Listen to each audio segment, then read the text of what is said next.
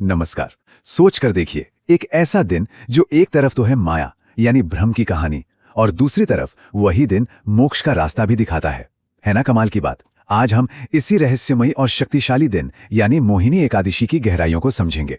ये सवाल ये सोचने पर मजबूर कर देता है ना कि क्या सच में एक दिन की सच्ची भक्ति पूरी जिंदगी भर की गलतियों पर भारी पड़ सकती है।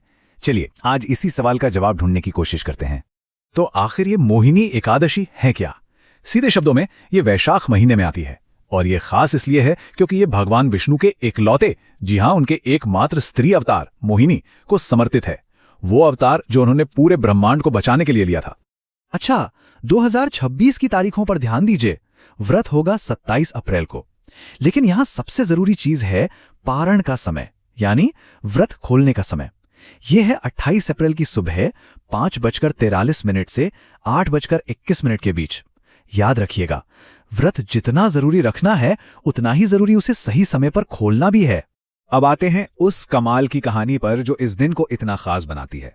ये कहानी है एक दिव्य माया की, एक ऐसे भ्रम की जिसने असल में पूरे ब्रह्मांड को बचा लिया। तो कहानी शुरू होती है समुद्र मंथन से। देवता और असुर दोनों मिलकर सागर मंथन कर रहे थे ताकि अमरता का अमृत निकल सके, और अमृत निकला भी। लेकिन जैसे ही अमृत कलश सामने आया, असुर उसे छीनकर भाग गए। सोच सकते हैं देवताओं में कैसा हाहाकार मच गया होगा। और इसी मुश्किल घड़ी में देवताओं की मदद के लिए भगवान विष्णु ने एक अद्भुत लीला रची। उन्होंने रूप लिया मोहिनी का, एक ऐसी सुंदरी जिसका रूप देखकर कोई भी मोहित हो जाए। और अपनी इसी माया से उन्होंने असुरों को बातों में उलझाकर बड़ी ही चतुराई से सारा अमृत देवताओं को पिला दिया। और बस यही बात इस एकादशी को सबसे अलग बनाती है। ये विष्णु जी के स्त्री स्वरूप का उत्सव है। उनका मोहिनी अवतार वो सिर्फ एक रूप बदलना नहीं था, वो माया की शक्ति थी। एक ऐसा भ्रम जो धर्म को बचाने के लिए, दुनिया में संतुलन लाने के लिए जरूरी था। इस व्रत की शक्ति का अंदाजा इस बात से लगाया जा सकता है कि त्रेता युग में जब भगवान राम सीता जी के वियोग में बहुत दुखी थे, तो उन्हें भी महर्षि वशिष्ठ ने यही व्रत करने को कहा था। इतना ही नहीं, महाभारत में खुद भगवान कृष्ण ने युधिष्ठिर को बताया था कि ये व्रत मोह माया के सारे जाल काट देता है।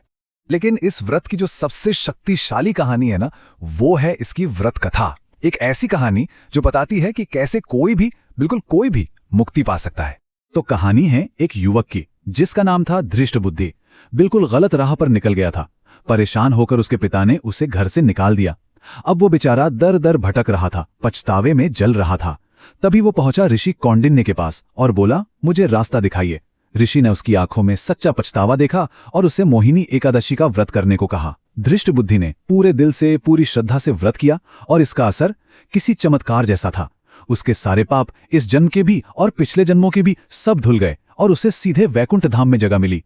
तो कहानियां तो बहुत सुन ली, इसका महत्व भी समझ लिया, लेकिन अब सवाल यह है कि इस व्रत को किया कैसे जाता है। चलिए अब इसके नियम और विधि को समझते हैं। इसकी पूजा विधि बहुत सरल है पर बहुत भावपूर्ण। बस सुबह नहा धोकर घर के मंदिर को साफ कीजिए।